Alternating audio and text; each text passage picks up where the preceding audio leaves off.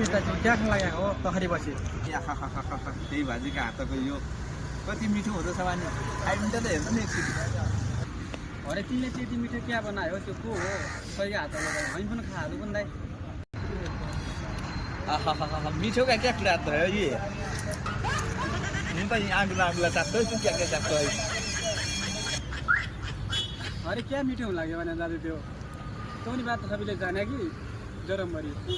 हाट बाबु खै त्यो पाखै त्यो पनि हुँदै हो क्या भन्छ चिज मिठो छ कि यो खाएपछि अनलाई तस्सी दिनका दिन त्यसुका यम्बो भन्यो नि यसुका होटलमा आउनुलाई कति मिठो छ